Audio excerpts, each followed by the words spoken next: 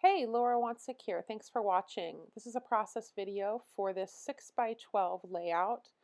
So Crafty Jen Schow is coming out with some new stamps. I saw a really great sneak on her Instagram. So it inspired me to pull out some of my old stamp sets from her, and I found this floral one, and I just love this. So I decided to try out a resist technique with some Distress Oxide, which is one of my favorite things to do right now with all of the Distress Oxide ink that I have accumulated recently.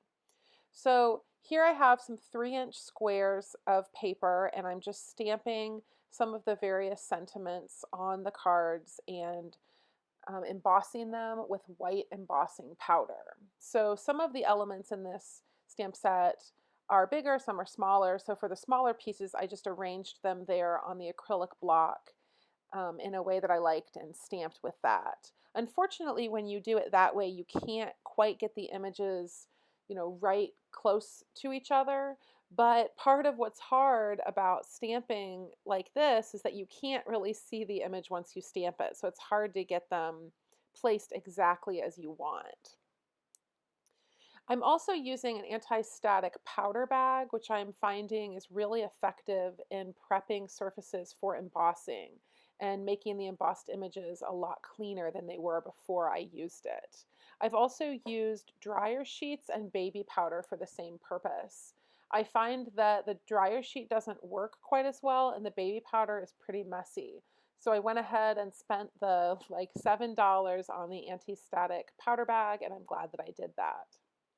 So here I'm just embossing with my heat gun, and now I'm going to take some Distress Oxide, and I picked my colors from the photos. So I have 3 photos of my daughter that her school sent me, and her shirt is this color pink, and then there's also some kind of greenish blue in the picture as well. So that's how I picked the colors here.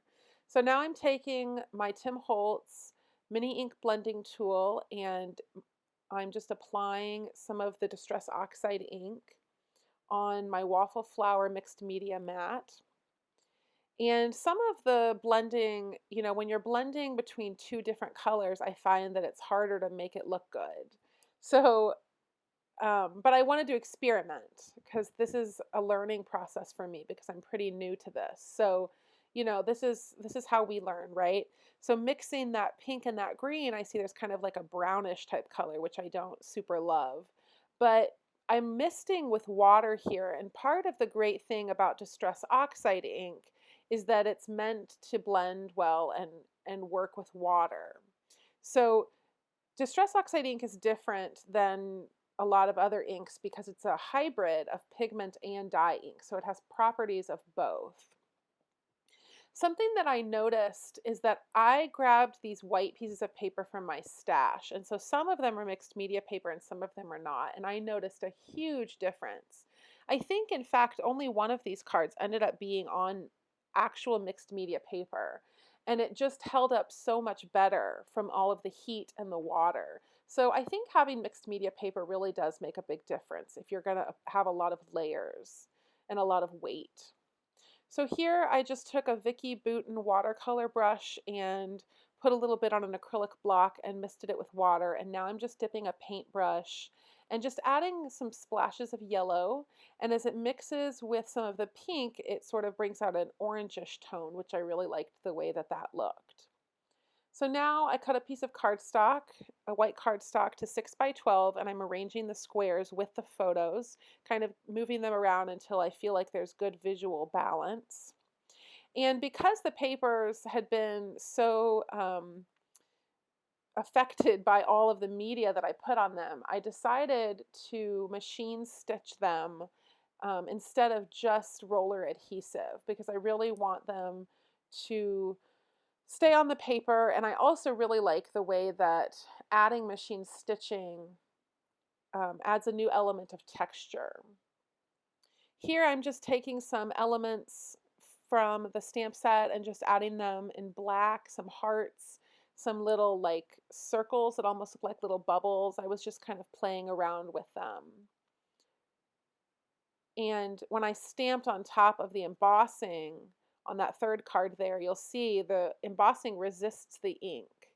So, it looks like the embossing is over the black ink.